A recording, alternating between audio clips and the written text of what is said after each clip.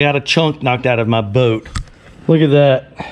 Can y'all see that right there? Can y'all see all the stuff it takes even for a small repair job? We've got some acetone for cleaning the surface. I've got the filler. And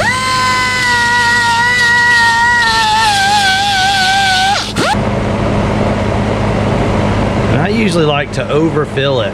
What's happening, crew? Captain Joe here with Island Marine Charters down in Gulf Shores. I'm in an awkward position today. You know why? Because I got a chunk knocked out of my boat. Look at that.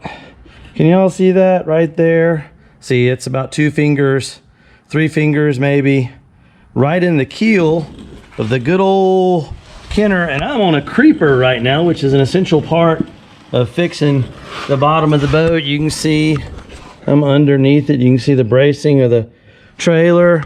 And right here, right up here where we beached this boat, the other day I pulled it up on the beach and we apparently hit a chunk of concrete or rock or oyster shell or something. That's pretty typical. You can see there's the laminate, there's the gel coat is the white. You can see kind of that greenish filler. That's actually where I filled this previously.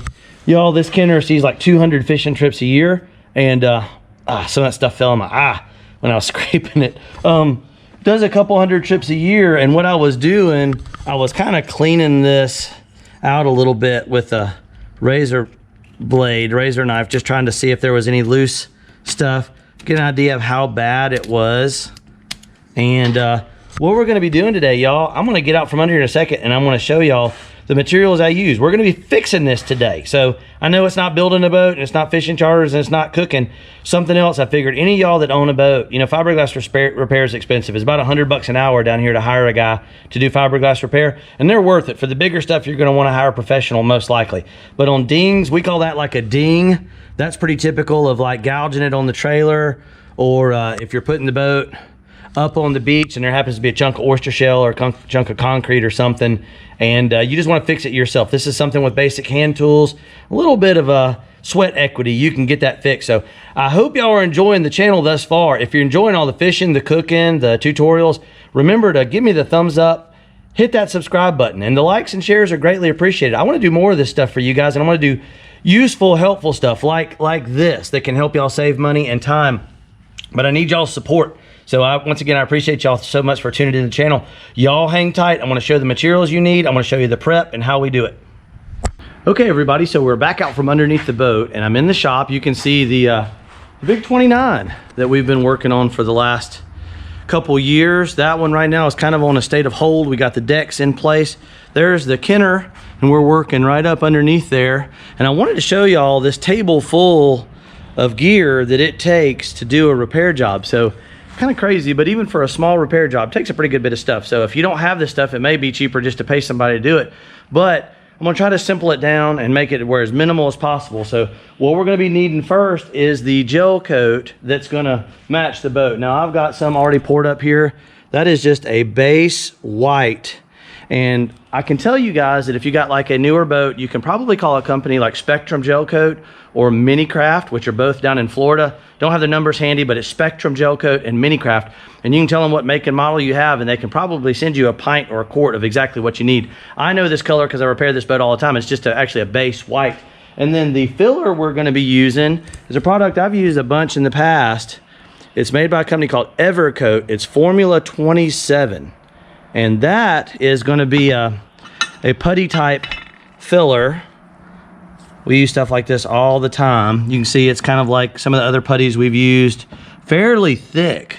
Can y'all see that? And what I like about the Formula 27, of course we're gonna mix it with a catalyst paste, and I'll show y'all how that works in a minute. But the Formula 27 is already white, and it kind of helps if you got a white boat, say a white gel coat, which I do on the bottom. If you put the white filler in, then it's easier to hide where the repair is. And so we've got the acetone to clean the bottom. We've got some styrene monomer, which we use sometimes as a thinner. I've got a big thing of acetone right there because I buy it in bulk. I've got a nice mixing board right here where we're gonna be putting this putty out on here. And you're gonna want some spreader blades. These are flexible. Can y'all see that? They're flexible. They just call that a flexible spreader blade. A lot of times I buy these bigger ones and then use a pair of scissors, some heavy duty shears, and you can cut them to width. I kind of like them about that. See, that's about as wide as 3 or 4 of your fingers. That's a real good width for mixing and stirring. And we got some other materials here. We've actually got a sanding aid. So this is a modifier C that goes in the gel coat. And so what that does is that keeps the gel coat from staying sticky all the time. If you don't add some of that modifier C, the last coat of gel coat will stay sticky, and we don't want that. So if we're doing multiple coats, we'll do some without modifier C, and then that last coat we'll put the modifier C. And then I've got some terry cloth towels. I got some blue shop towels, which we use all the time. And I got a couple assortments of grinders and sanders. We may or may not use these, but that's a little air tool, a little grinder. We've got a heat gun for drying off the surfaces and warming the material up. We've got our catalyst, which is going to cure the gel coat. So we add a little bit of the catalyst into the gel coat. And then I've got some other options here as far as fillers, y'all. 3M makes a premium filler that's really good, and Napa makes this Pro Strand. And then of course, y'all, you're going to want some PPE. I'm not going to be wearing a mask the whole time I'm doing this. I would be if I weren't talking to y'all, but it's a lot easier to see what I'm doing. But a good quality mask. You notice I got the safety goggles on top. There they are. Some safety goggles, and we're wearing some latex gloves today, y'all. So you're going to want your PPE. You may even want a roll of tape. So that's just kind of a general overview. We got our fillers as an option. I like the Evercoat Formula 27 as a go-to. You're going to need a mixing board for that and some flexible spreaders. You're going to obviously want your PPE, your goggles, and your mask. I've got some acetone for cleaning up, some styrene for thinning the gel coat, some towels for cleaning the surface, and a few assorted power tools. So I'm gonna meet y'all back underneath the boat. We're gonna get into there. And first things first, I'm gonna clean that surface with some acetone. Then we're gonna grind the material back a little bit. We're gonna start adding some filler. It's gonna go pretty quick, y'all. Here we go. Also, we are under here. I got my glasses on. You can see the ding right there. I got some acetone right here. Got the blue shop towel. We're going to start wiping this down. You can see I got some smudges and smears from coming on and off the carpet. I'm going to try to wipe this down a little bit. I always like to go over the surface with some acetone first and just clean it before I start sanding or anything. That's so crucial to a quality bond, is going to be really cleaning that. And you can see it comes off. It takes a minute, but you can see we're making some progress there. We got some of those smudges and smears. And just in the area where we're working, we obviously don't have to clean the whole bottom of the boat. I got some of these other smudges and whatnot from when we're loading this thing 1,000 times a year, seems like. But first things first, before I do anything, I always thoroughly clean that area, the whole area, because even though we're just filling right there, we're going to be brushing gel coat all out around it. So I'm even going to come over here on the other side. I don't know if y'all, hope that's visible to y'all. I wish I had Logan here today. Man, I need a cameraman. This upside down repair work, you can see those smudges are going away. You're going to want to really, really, really clean that good. Sometimes the acetone, it takes a minute for it to soften up. And this is in real time, y'all. I'm gonna try not to edit this to give y'all an idea of what it's gonna take, to do this. It's gonna take a couple of minutes of thoroughly cleaning, and it's well worth it. And acetone is pretty strong. You're gonna want a mask more than likely. I've been around this stuff my entire life and kind of developed a tolerance for it, but there it is. That's nice and clean. You can see we got most of those smudges off of there. I'm gonna come back now with a grinder and we're gonna clean this up a little bit. I'm gonna show y'all a couple options. And what I'm gonna do is I'm gonna turn the fan on so we can send some of that dust. That's another good idea. Don't know if y'all can see it back there, but some air movement is a real good idea, especially when you're doing fiberglass repair. If you can set some fans up behind you and blow away from you to carry those fumes and smells and whatnot away. So we're gonna get back out from under here, and I'm gonna go turn that fan on, and I'm gonna show y'all what I'm talking about. Now that's something that it's gonna make a little bit of noise. Might make it a little bit harder for you guys to hear me, but got the good old shop fan. And I'll tell you what I'm gonna do, y'all. Now you can use power tools, but that's a fairly small spot. And if you don't have power tools, everything's falling out of my pocket. My keys, my phone. I've got a heavy duty sandpaper disc right here. That is a 24 grit. It's a very aggressive texture on that. And what we're gonna do, we are gonna get back under here, and we got the fan going. And if you don't have any power tools, I'm gonna show y'all, you can just mechanically rough that up. Can y'all see there's bits of dust and whatnot flying? That's where having the fan comes in really handy. I like having the fan. We're trying to get every surface on that scratched up, just a really nice aggressive texture on there. Again, it'd be nice to have a cameraman. This upside down stuff is tricky even with both hands, but we can do it. Y'all can see the dust flying there. That's where we're moving some air. I'm on the upwind side. I'm on the upwind side of that. Y'all can see already that's cleaning it up really nice. I'm gonna do a little more. You can see the dust just a flying off of there. But your prep is key. I see a lot of people want to skimp on the prep. And if you don't prep it properly, it's not gonna stick properly. I'm gonna do this side really good, and I'm gonna switch over here. It's not as bad on this side. It's kind of the same deal though. I'm definitely gonna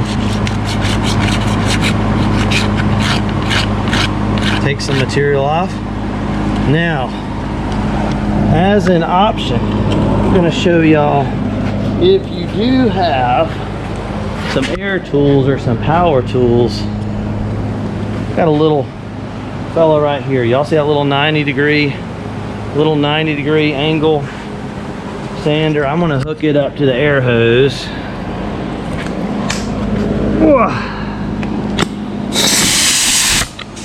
There we go. Look at there, y'all. That is an awesome little tool. And back under the boat. Under the boat we go. I need Logan. Oh. All right. We're gonna do our best to capture that. Check this out.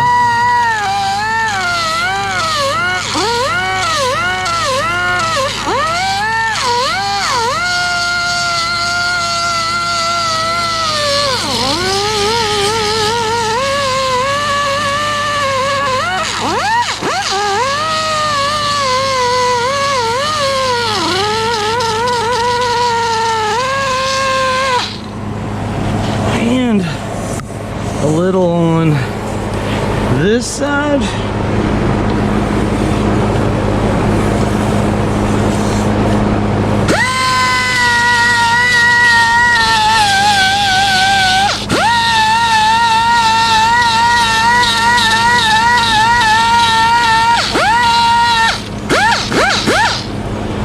All right. Woo-wee. Okay, so you can see we feathered that back. You got the white Gelcoat. You see there's some filler under there. We've repaired it once before. And then that is the fiberglass substrate. So that's the actual structural part of the boat. And this is primarily a cosmetic repair, y'all. Once again, I can't overemphasize This isn't a major structural, this is a minor cosmetic. If you think it's major or heavy, you may want to talk to a professional, somebody that does this all the time, and get their opinion. But for cosmetic stuff, little minor scratches just through the Gelcoat, this is going to be perfect. So I'm going to get ready to mask this off. I'm going to put some blue masking tape around this perimeter, and then we're going to get ready to start filling this in a second. That's going to be the next phase, and I'll show you how I mix it and how we apply it. When we're fixing to put what I would call a batch of this Formula 27, you see it's fairly thick, but what I like is it's white in color, or really, honestly, if you look really close, it's more of like a super light gray, but that's a lot better. A lot of other fillers are going to be like green or blue in color, and it takes about 20 minutes for this to reach a full cure. There's some catalyst paste right there, y'all, and that might be a little bit much. And I'm going to start mixing this. This is how I mix. Now everybody's got different methods, but I kind of like to circle it and scoop it and then smear it. I don't know if y'all can see that, but I kind of like to circle it and then kind of smear through it, circle it, smear through it. You don't want to miss any. You want to be sure it is thoroughly mixed. And again, this is just how I do it, and it takes a couple minutes to get this mixed. Y'all see how I'm kind of turning that, making sure it's off my blade each time. Need to be really sure to get a very thorough mix. I'm pretty happy with that. The one negative to having a white catalyst and a white filler is it's hard to tell. Some fillers, y'all, have like a red or a blue catalyst, and you can tell when it's mixed because it changes everything colors. Now you can see here, y'all, I've taped this off, I've bordered it. I'm gonna reach over here and get a scoop of my Formula 27, and we're gonna start the application. I'm just gonna wipe from the middle out. Hope y'all can see that. I'm gonna kind of fold it. I'm gonna kind of fold it around there. Y'all can see. And I usually like to overfill it. Go ahead and put enough in there. You don't want to create a ton of extra work for yourself, but I like to get enough material in there to be sure on that first pass on a small ding like this, we can usually get it filled up. I'm going to do a couple different passes. I'm going to make a pass long ways, back again, try to contour that a little bit. Sometimes you do have to make 2 fills. So what we're going to do, we're going to let that cure for a minute, y'all. And we're gonna come back and we're gonna do a second fill. I can see it's still a little bit low here and there. So we're gonna come back, we're gonna do a second fill. So we're back under the boat, y'all, and to apologize, my GoPro glitched out on me a little bit, but it added a second fill on there. I don't know what happened to my GoPro, but you can see we overfilled it a little bit. You can see there's a pretty sharp ridge there, and it's been about 20 minutes or so. You're gonna wanna get on this stuff pretty quick, because it gets harder and harder. And I've got a really nice air tool today. That is a dual action, or a DA sander, and we're running 80 grit sandpaper. I don't know if y'all can see that. 80 works really good. Sometimes I will even run as aggressive as a 40. You see there's a 40 grit sandpaper. That can work for just the initial cut. I'm gonna get started here. I'm going to show y'all, and again, I apologize, I need some help, but I'm doing it one-handed today. This is usually you'd want to use 2 hands on the sander, but we're going to start shaping this up, fairing it down, getting that ready for some Gelcoat. So let's see here, where's my air hose? Oh my goodness. All right, y'all, let's see if we can start shaping it up.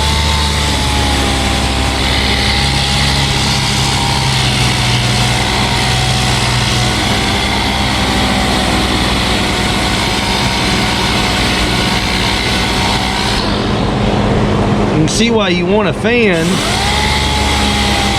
Fan is moving most of that dust away from me.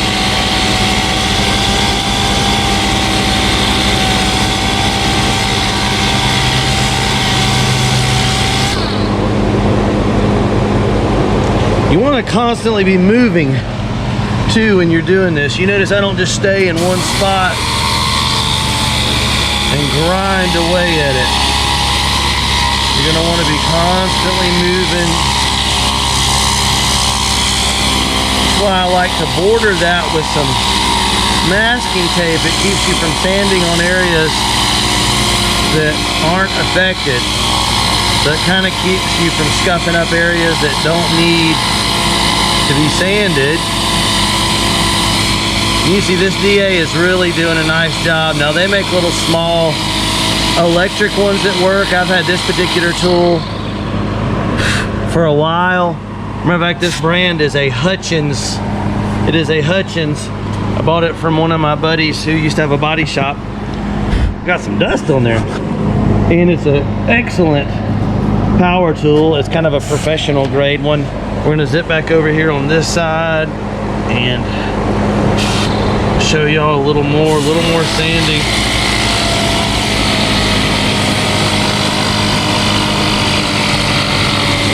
Again, you're gonna wanna get after this as quick as you can. This stuff gets harder and harder the longer it cures.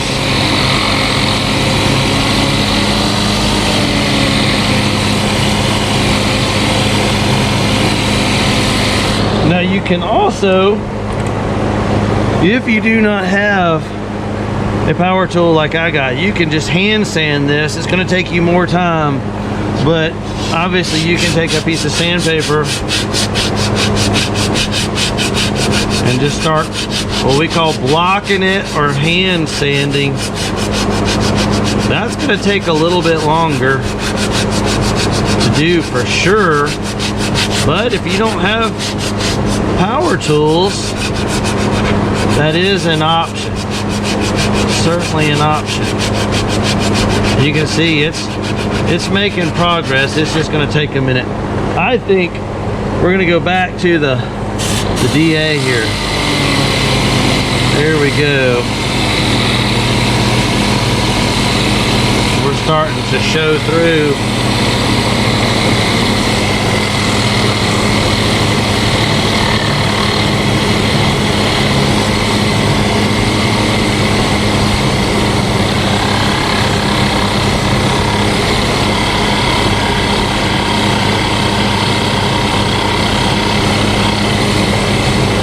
Let my compressor catch up a little bit, but y'all can see that right there. See how we're starting to go through? We're getting close. We're getting close now at this point. That's starting to shape up a little bit. Looking pretty good. All right, y'all, I'm gonna get after this. I know y'all don't probably want to see the whole process. I'm gonna get a little bit closer and I'll show y'all in a second what it looks like when we're almost done. So I've been sanding a little more with the DA, and you can see we've got it contoured pretty nice. I know the lighting is tricky under here, but you can see we got it shaped mostly back. And again, that Formula 27, I like it because it's white in color. And when we get ready to gel coat this thing, what I'm gonna do is I'm gonna get back after it with the DA a little bit more here. Hopefully y'all can get an idea of how we contour and tape this. I'm gonna leave that tape in place. Here we go.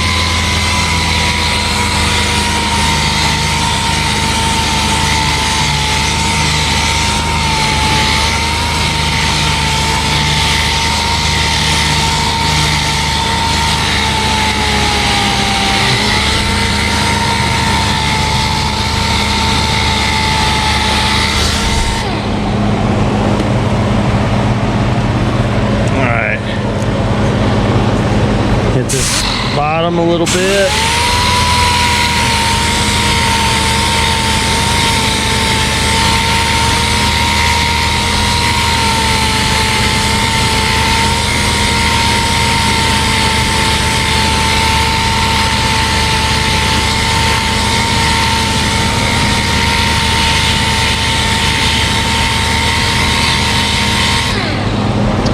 See there, you can tell you're getting close. We're starting to work our way through the edges of the tape. So the tape is kind of doing its job. It's a gauge and it keeps us from sanding unnecessarily up here on other surfaces. So that's kind of what you're looking for. So y'all, it's going to take both of my hands. I apologize, the dust. It's going to take both of my hands to kind of finishing this up, and I'm going to show you in a second what it looks like when it's all done contouring, and then I'm going to pull the tape off of it. We're going to get ready for gel coat. So I have contoured this. Can y'all see that's looking pretty good? I'm going to move around from different angles. You can see there how we've mostly filled it. We've mostly faired it. You can kind of see the Formula 27's a little bit darker, but it's mostly white. And I've pulled the masking tape off, and now I'm going to take a piece of that 80 grit sandpaper, and I'm going to just lightly sand. Let's see if I can hold this. I'll show y'all. Again, I apologize. It is tricky to do this one-handed upside down, but I'm just gonna hand sand it, kind of blend and contour it. A lot of times that's better than with a machine. The machine takes so much off so quick that a lot of times I will hand sand this the last little bit. Kind of just get that last little final contour and shape. And I'm going out pretty far out away from just the repair, because the gel coat, you're going to want to blend it out to the edges. So you can see that is where the chunk was missing right there. You can see that pretty clearly. But I'm going to brush gel coat all out around the perimeter and kind of blend it, fade it in. Gonna give it a better look, better job. And I have repaired this boat. This boat sees so much hard surface. I'm gonna go ahead and sand up here a little ways, and while I'm under here, I'm gonna go ahead and brush a little more gel coat on this keel. It started to rub thin.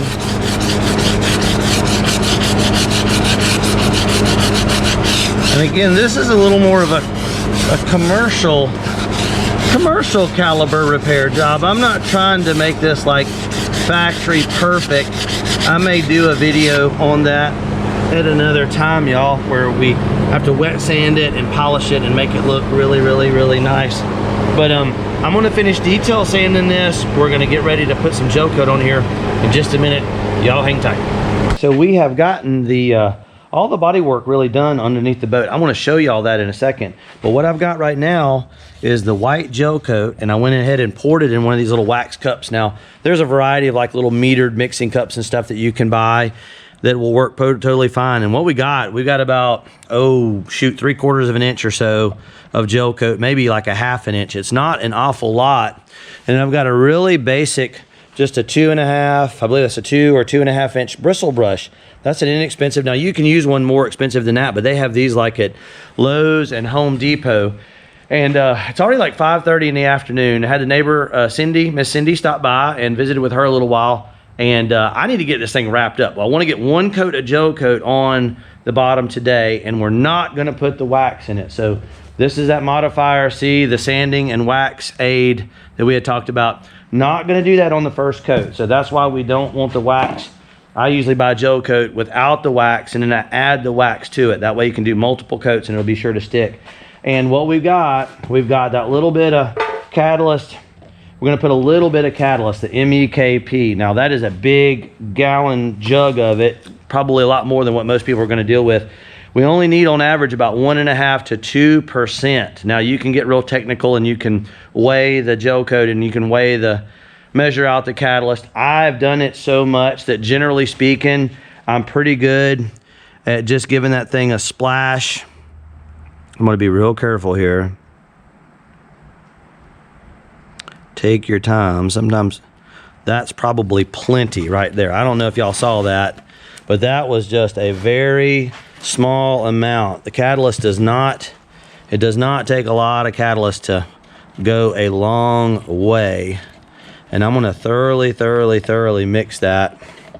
Now, one thing you can do sometimes to make it more accurately, I will actually pour the catalyst in that cap, and then I can pour that in there, and it's a little easier to do.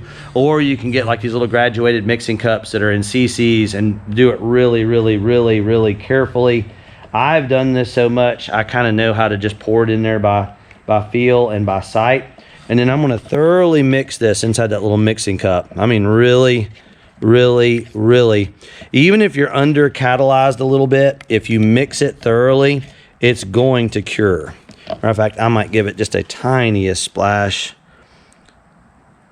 Just a tiny, tiny, tiny splash again, not much. There we go. That's plenty, plenty, plenty. That's probably on the hot side, but it is fairly cool this afternoon.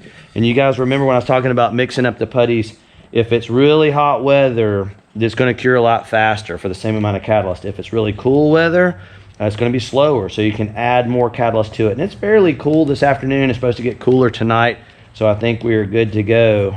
Now I've got that thoroughly mixed. I think we're in good shape there.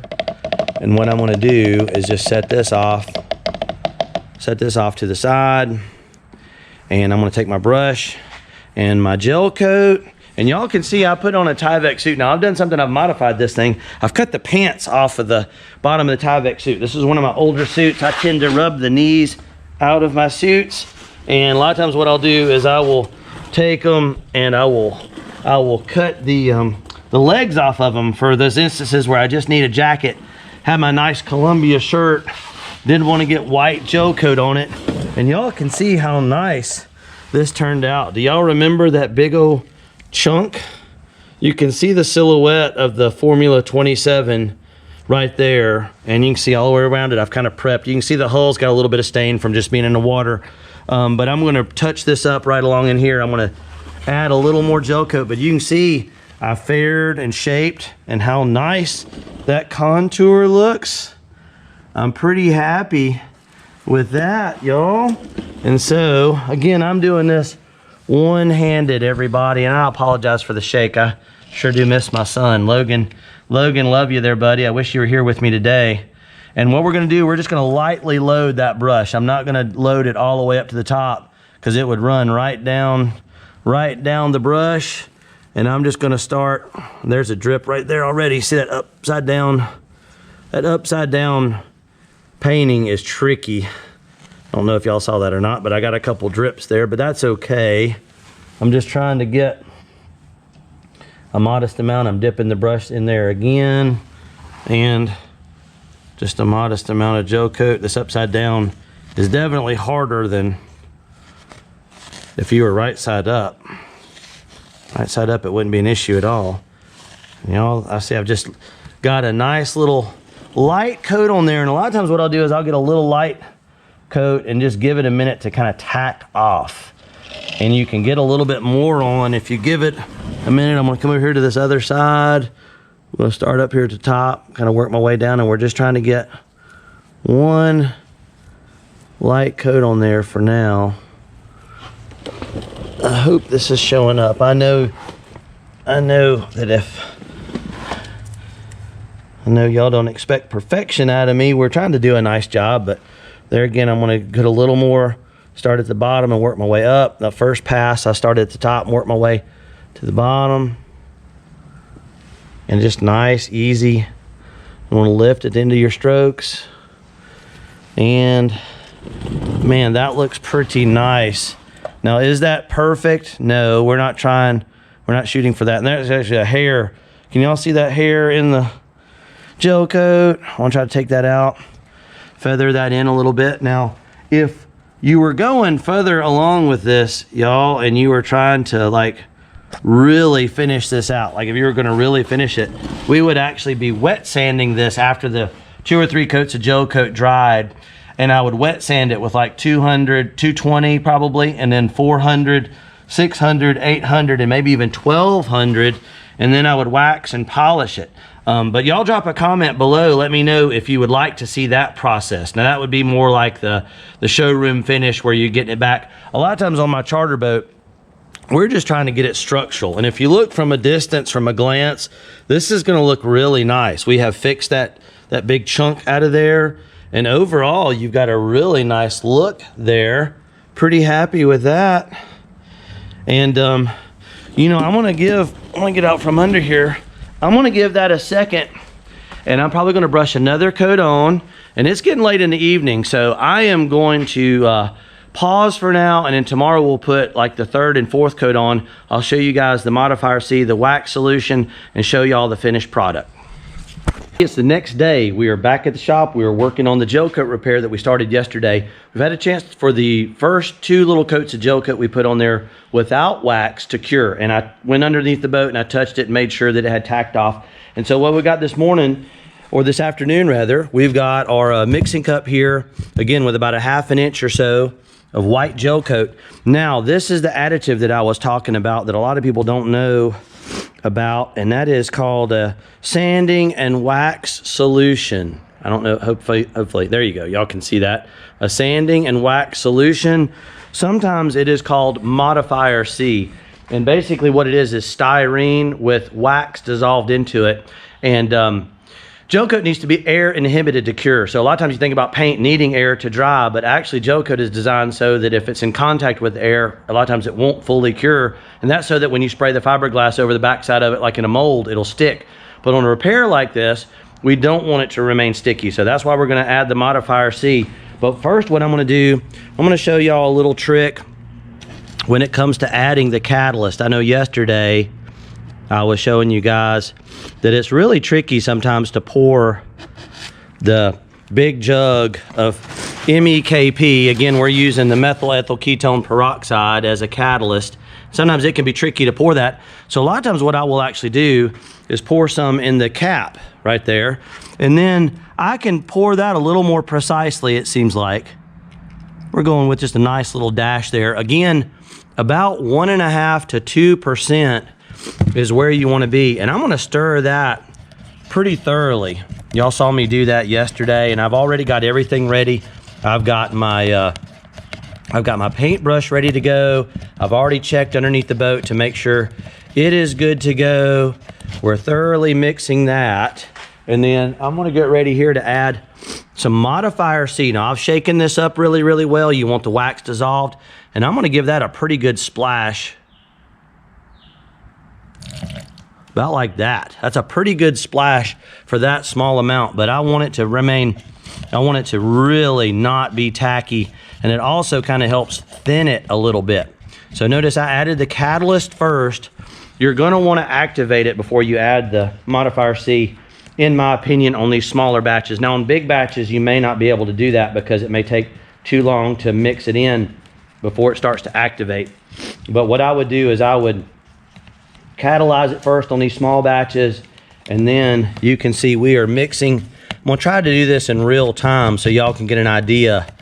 Most people, I think, if you ever have trouble with gel coat not curing, it's because you're not mixing it thoroughly or thoroughly enough. I always tell people to mix it till you're sure it's mixed, and then mix it a little bit more. It's gonna take, sometimes I'll even let it sit for just a second, settle in, and then I will give it another good stir or two.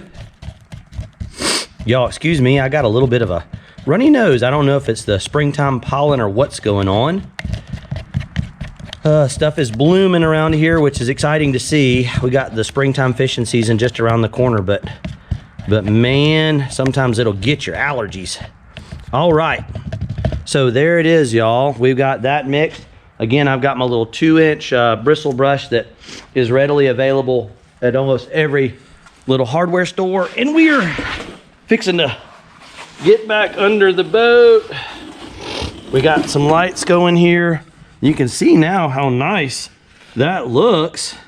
We got the bottom of the boat white from yesterday. Sorry about the GoPro, the camera shadow there. But what we've done, you can see we've sanded all the way out to here, but we've only painted to there. So what we're gonna do on this coat, we're gonna go all the way out to where I sanded and kind of blend that is what I'd recommend. So on that first coat, you're gonna paint it, you get a little bit of coverage, and We're going back here. We're gonna get enough gel coat on the brush to get it up there, but we're not gonna like oversaturate it because we're painting upside down, and that can be a little sketchy. Just nice even strokes there. Just nice and easy. We're going all the way up high. Putting plenty on here. This is kind of, again, more of what I call a commercial patch. This area up here gets dinged all the time, and I'm routinely, at least once a year, I have to, let's see if I can get where the shadow is not so bad. Sorry about that, y'all. There we go. It's a little bit better. And it does leave the brush marks in there. They kind of blend out after it starts to cure a little bit. They'll kind of blend out. Now, if you were to really want to make this look factory grade, you could actually do 2 or 3 coats of gel coat and then come back and wet sand this and get all those little grooves and marks out. I'm gonna switch to the other side.